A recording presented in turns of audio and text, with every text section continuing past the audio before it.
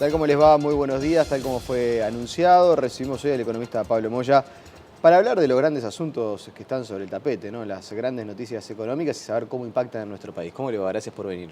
Muy buenos días, gracias por la invitación. Hay, por lo menos yo divisé al menos 4 grandes temas sobre los cuales me interesaría profundizar, son noticias por estas horas. Por un lado vamos a comenzar con el dato de la evolución de la economía uruguaya, el dato del PBI del último trimestre, el tercer trimestre del año. Le propongo compartir lo que decía ayer nomás el ministro de Economía, Danilo Astori, con relación a este asunto. Lo escuchamos y lo vemos. El país está con una desaceleración de su nivel de actividad económica, pero la noticia es que sigue creciendo. Uruguay, lo dijimos muchas veces, se diversificó y también se diferenció. Y en el contexto internacional y regional, el hecho de seguir creciendo es una diferenciación importante. Ayer tuvimos la noticia de un crecimiento desestacionalizado de 1%. Significa seguir creciendo, significa que el país no está en recesión. Creo que era el contador Damiani, el ex presidente de Peñarol, que tenía una frase casi que de cabecera que dice: los números no mienten, los que mienten son los que hacen los números. Y digo porque esta frase de Astori generó, por lo menos en las redes sociales, en varios especialistas, varios colegas suyos, como que distintas interpretaciones, ¿no? Gente que decía, sí, es verdad, y gente que relativizaba el dato. ¿Cuál es la visión suya? ¿La economía uruguaya sigue creciendo o no? Bueno, el dato dice que sí, y el dato nos miente. Claro, pero por ejemplo, Javier de Aedo decía que en comparación con el último trimestre del 2014, sí, bien digo, la economía presentaba una desaceleración. No, comparando con el igual trimestre del año anterior, como decía el ministro Astori, la economía creció y creció un 1%. Y desde mi opinión, ese debería ser el enfoque correcto. Obviamente sí pueden existir algunas consideraciones, como el efecto que en el crecimiento de productos genera la producción de Monte del Plata, porque es un efecto de una única vez, como está impactando, por ejemplo, la producción de energía eléctrica y cómo eso influye sobre el indicador. Pero más allá de esas puntualizaciones, coincidimos de que el Uruguay crece, y coincidimos de que el Uruguay crece a una tasa menor de lo que venía observándose en los años anteriores. ¿Y la desaceleración de la economía uruguaya es más rápida de lo que se esperaba? ¿La caída es más pronunciada de lo que se podía prever? Bueno, puede ser. Nosotros éramos de los analistas que no considerábamos una caída tan fuerte. Estimábamos que el año iba a crecer más cercano al 2,5% y no tan bajo como están presentando los datos de 2%. Si uno ve la evolución del año móvil cerrado a septiembre de 2015 en relación al año móvil de septiembre de 2014, el crecimiento es de 1,9% y veníamos de tasas de crecimiento anuales próximas al 3%. Es una caída importante, es una caída que, como decía, nos permite proyectar un mantenimiento de este bajo ritmo de crecimiento, no solo para 2015, para estimar el cierre del año, sino para 2016 y empezar a aproximarnos a qué pasará en 2017. En 2015 seguramente entonces la economía uruguaya crezca desde su visión cerca del 2%. Es muy probable. Va a estar, no sé si decir lejos, pero va a estar, bueno, no va a llegar a la cifra que preveía el gobierno del 2,5%. No, y ya en la conferencia que participaba Astori, ya el gobierno está revisando esas estimaciones para un 2%. Y eso, para que la gente entienda, ¿cómo termina por impactar en las cuentas públicas, en el déficit fiscal? Bueno, una menor crecimiento del país, menor recaudación de impuestos. Eso lo que va a hacer es, el gobierno va a percibir menos ingresos por impuestos, pero hay una gran parte de sus costos que son fijos, salarios, pasividades, funcionamiento del Estado. Eso no lo va a poder reducir de la misma forma que se van a ver reducidos los ingresos, eso va a impactar en un crecimiento del déficit fiscal. Aparece hoy en la prensa que Uruguay tiene un buen acceso a los mercados internacionales, organismos financieros. ¿Eso puede ser una buena utilización, habida cuenta de que vamos a crecer menos de lo esperado, que se va a recaudar menos de lo esperado también? Entonces, ¿apelar a esos fondos puede ser una alternativa? Bueno, claramente va a ser una alternativa en la medida que el gobierno tiene que cerrar sus cuentas porque tiene que seguir funcionando, tendrá que en algún momento salir a los mercados voluntarios de deuda. Por el otro lado, es positivo que Uruguay tenga esa posición, y si uno lo compara precisamente con Brasil, que le han bajado reiteradamente la nota a varias agencias de calificación, Brasil no tiene esa posibilidad y tiene un problema fiscal importante. Creo que, y no evado tu pregunta en cuanto a si es eso bueno, no, claramente no es bueno endeudarse para mantener el funcionamiento. Creo que el gobierno debería reducir el déficit fiscal. A la prueba está que es una tarea muy difícil y que en este año, lejos de reducirlo, lo va a incrementar. Claro, entonces, ¿cree que ya se está configurando el panorama para tomar medidas serias de recortes aún más profundos de lo que se han tomado para evitar que se siga deteriorando el déficit fiscal? Sí, el gobierno debería de tomar medidas más fuertes para reducir el déficit. También se conoció, van 7 días del gobierno de Mauricio Macri. Si uno puede destacar, yo ayer incluso lo ponía en la cuenta de Twitter, Macri de alguna manera está tomando medidas de sinceramiento de la economía y le hará pagar el costo político de esas medidas al gobierno de Cristina Fernández. Es decir, tiene que poner la casa en orden de lo que heredó, y ha tomado una serie de medidas que claramente son identificables: el tema de la liberación de las importaciones, lo que se anunció ayer, que a partir de hoy se libera la compra de dólares, también el tema de la rebaja de las retenciones. ¿Cómo va a impactar esas medidas que toma la administración Macri en los primeros días de gobierno en Uruguay? Bueno, tiene distintas formas de visualizar el tema. El más directo es a través del tipo de cambio, ¿no? Como la fuerte devaluación que uno espera, o mejor dicho, estima que puede procesarse hoy, cómo va a impactar directamente sobre la plaza financiera local. Creemos que va a generar cierto ruido, va a haber una presión del mercado a comprar dólares, y entendemos que el Banco Central nuevamente, como el Banco Central uruguayo nuevamente, como lo ha hecho en este último tiempo, para tratar de quitarle esa fuerte presión, va a volcar esos dólares que el mercado va a estar demandando, y no debería pegar un salto muy abrupto, ¿no? Debería continuar con la trayectoria que hemos venido observando de un leve, y en algunos casos muy leve, crecimiento del dólar, con lo que va en el resto del mundo, Claro. ¿no? Ahora, para usted, en esta jornada, ya hoy mismo, va a haber una fuerte presión al alza del dólar en nuestro país, presión que seguramente el Banco Central va a salir a intervenir. Exacto. Debería haber un traslado de esas presiones generadas en Argentina sobre el mercado local, y el Banco Central va a salir a intervenir. ¿Y en Argentina qué es lo que se puede esperar a raíz de estas medidas tomadas? Bueno, fuera de cámara un poco lo comentábamos, ¿no? Habría una posición de aquellos que dicen, bueno, salir al mercado a comprar dólares el primer día del levantamiento del cepo, seguramente estaré accediendo a un dólar más caro de lo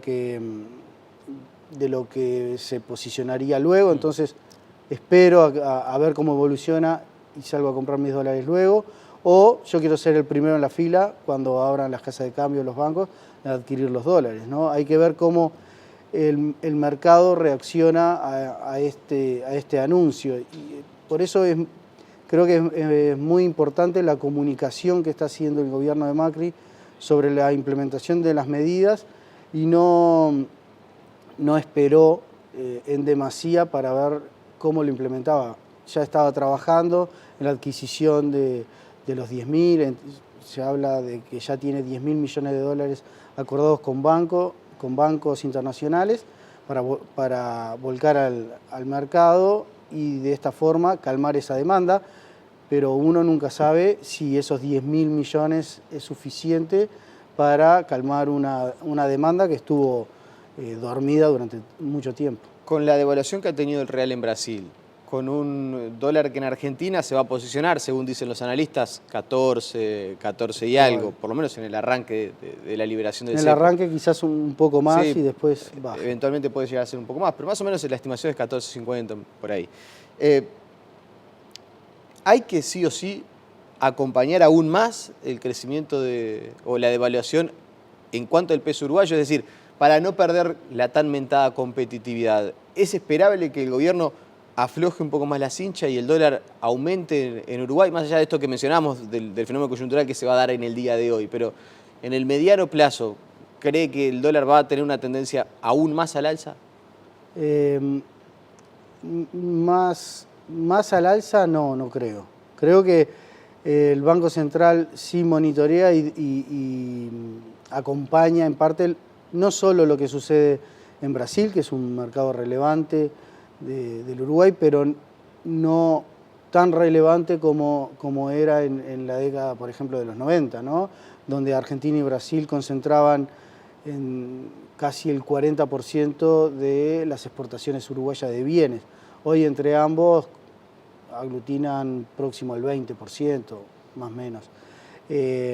Entonces... Pero ¿no se está configurando, por ejemplo, un escenario muy similar al del 2000, que es lo que dicen varios analistas? Es decir, Brasil y Argentina devaluando, nosotros no acompañando, y hay quienes hablan de una lección no aprendida de Uruguay. No, yo discrepo de esa óptica. Creo que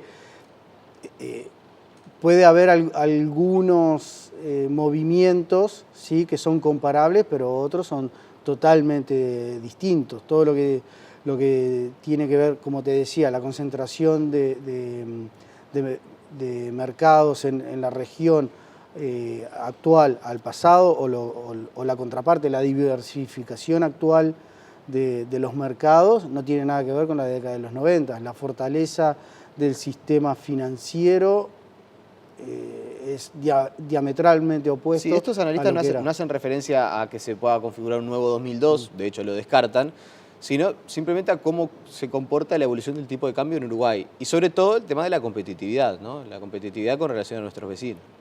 Bueno, sí el dólar está acompañando lo que es a nivel internacional, lo que son los mercados internacionales. Quizás no deja esa flotación libre, porque eso impactaría día a día quizás cotizaciones muy fuertes, porque estamos en una coyuntura internacional muy volátil. Ya lo decía el ministro Astori, es parte de la nueva realidad económica, pero no solo de Uruguay, sino del mundo, esas fuertes oscilaciones del tipo de cambio. Y en mercados tan pequeños como el Uruguay, creemos que esas oscilaciones pueden generar mucho daño en la generación de expectativa de los agentes económicos.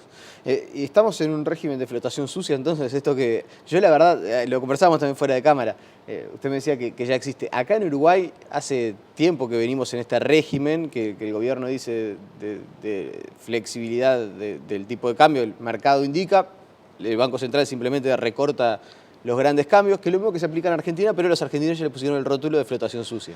Bueno, creo que lo que existe en Argentina no es flotación sucia.